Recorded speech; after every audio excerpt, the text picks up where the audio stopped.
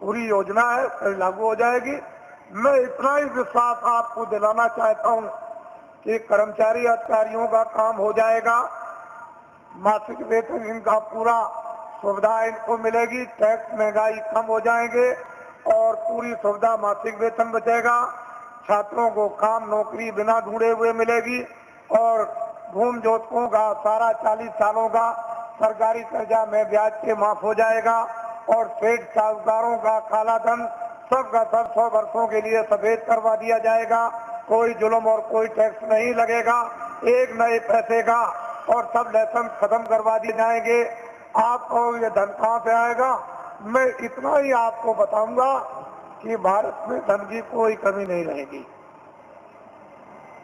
और आपको क्या चाहिए? धन की कोई कमी नहीं।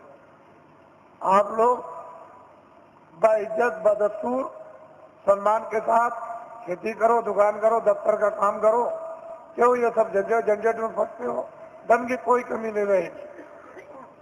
लेकिन वर्तमान में अंधेरा, उजाला नहीं। ये सब चीजें जो एक सूक्ष्म संकेत में आपको दी जा रही, इसके साथ बहुत गहरा मसाला है, या गहरा भंडार का हो या गहरा ज्ञान का हो, कोई ऐसी चीज है जो वास्तव में, और समय आने पर सब इस पर आकर के सब एकदम खड़े हो जाएंगे, अपने काम में लगे रहो। देखो ईश्वर का चमत्कार, अरे खुदा की खुदाइयत का करिश्मा, जरा देखो, उसका इंतजार तो करना ही पड़ेगा। अब थोड़ा बहुत इंतजार नहीं करोगे तो आपको जस और नाम और कीर्ति तो आपको कैसे मिलेगी? फिर उसमें आप भागीदार कैसे बनोगे? तो इंतजार तो थोड़ा करना ही। परिवर्तन का जब इतिहास बनता है तो इंतजार के साथ इतिहास बनता है। वैसे तो रावण मार दिया जाता, मरवा दिया जाता, महाभारत कहीं भी किसी कोने में बैठ के करवा दिया जाता, लेकिन मतलब है कि इंतजारी के साथ इतिहास नहीं बनता। इतिहास तब बनता है इंतजारी के साथ, काम के साथ। काम जो है वो इंतजारी है, आपको ही मालूम है।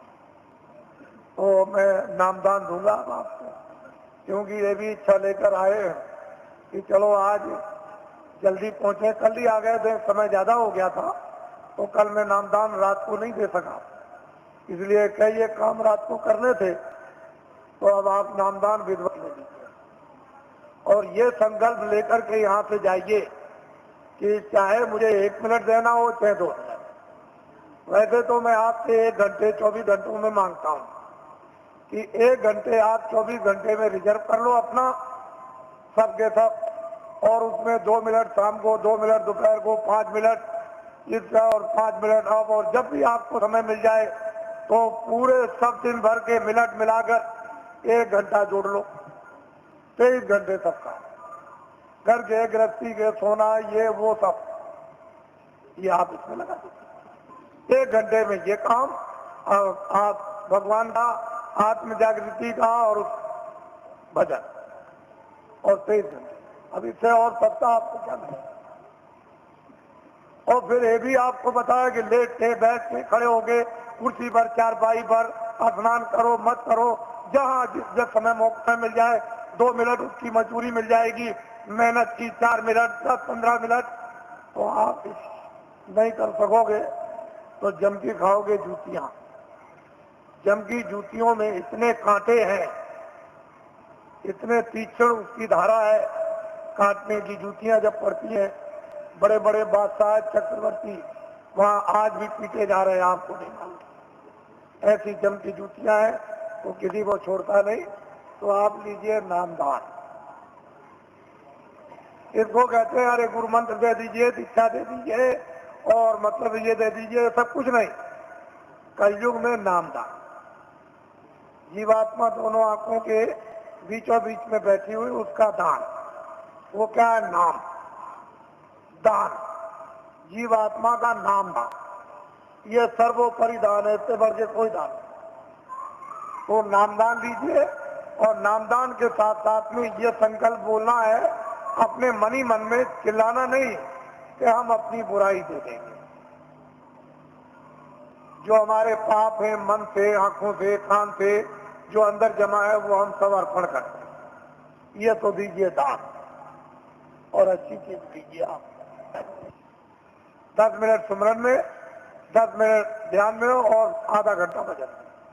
50 मिनट में 10 मिनट और रह गए अभी, तो आपको ये जानना चाहिए कि आप 1 घंटा दे, तो ये काम सुलभ सीधा अभी हो जाए। अब कहीं भी कोई बंधन नहीं है किसी तरह का भी, लेकिन बंधन किस बात का है कि 24 घंटे में आपको समय देना, ये तो बंधन है, बाकी बंधन नहीं है। ये जरूर बंधन है कि नशीली वस्तुएं आप सेवन मत करना, और जितना भी घी, दूध, फल और फ्रूट और अनाज है उसको दिन में 100 बार खाओ, लेकिन गंदी वस्तु खाना ना, ये ध्यान रखना। बाकी तुम दिन में 100 बार खाओ, हम मना करें तब आप खाओ। भजन करना है आपको जरूर, वो तो 24 घंटे में, उससे तो आपको छोड़ना नहीं है। बाकी 23 घंटे करके काम करो, इसलिए समय आपको देना। और जो भी आपको सुबह सुलभ समय मिले, सुबह दोपहर शाम को या आगे पीछे जब भी, उसको दीजिए आप, तो जल्दी काम हो जाए।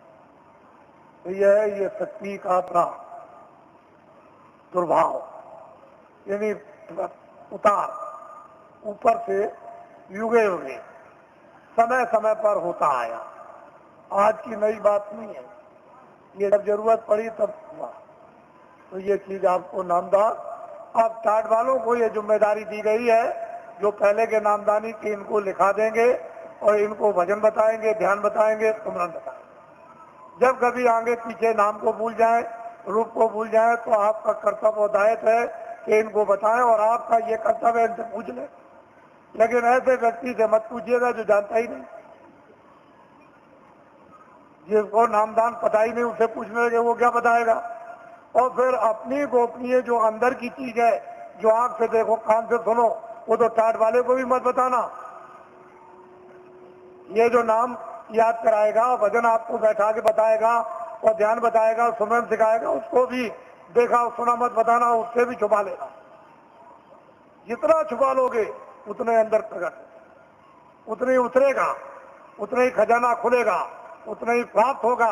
अरे तुम क्या है, बड़े बड़े बादशाह जब इस वस्तु को प्राप्त करते हैं तो राज और पूरी सल्तनत पर, चक्रवर्ती राज पर लात मार देते हैं। ये कुछ नहीं है, और कहते हैं कुछ नहीं, राजा जनक लात मार दिया, वो कुछ नहीं समझते। बड़े बड़े इतिहास लिखे हुए हैं, ये तो कुछ और चीज है, ये कुछ नहीं है। वो चीज गृहस्थ आश्रम में यदि आपको प्राप्त हो तो इससे अच्छा और सुहाना समय कौन पाएगा। ये आपका स्थान है। आप साधना कार्यक्रम में भी आज बरसात में होगा, गुरु पूर्णिमा जुलाई के बाद, तो आप उस समय जो आस पास के हो और जो इच्छुक जिज्ञासु होते हैं वो आते हैं। 1 हफ्ते का कार्यक्रम चलता है, उसमें खामियां, उसमें गलतियां, उसमें करना न करना, उसमें बढ़ना न बढ़ना, जानकारी उसमें प्राप्त हो जाती है, ताकि उनको और प्रोत्साहन और उन पर दया मिलती है तो और आगे बढ़ती है। इस तरह से कार्यक्रम चलता रहता। और मैं अभी जैसे ही 31 मार्च समाप्त होगा तो मैं अभी घोषणा करता हूँ दौड़े की। अब आप लोग अपना एक कार्यक्रम मनाएंगे। ये लोग कुछ मनाते चले आए, क्योंकि मैं 21 महीने, मैंने तो कभी कहा नहीं था, 21 महीने मुझे सरकार ने, यानी क्रोध में, मैंने तो कोई अपराध किया नहीं था, मैंने तो कोई आंदोलन, हड़ताल, तोड़ फोड़, कोई अमानवीय काम हिंदू मुसलमान सिख ईसाइयों का, ये कोई जात पात का, ब्राह्मण क्षत्रिय वैश्य हरिजन, ये वो छोटे धोबिया और कोई, मैंने तो कभी किया नहीं। मेरे यहाँ तो कोई रगड़ा झगड़ा है नहीं, लेकिन भविष्यवाणी जरूर करता था। उससे सरकार मुझसे नाराज,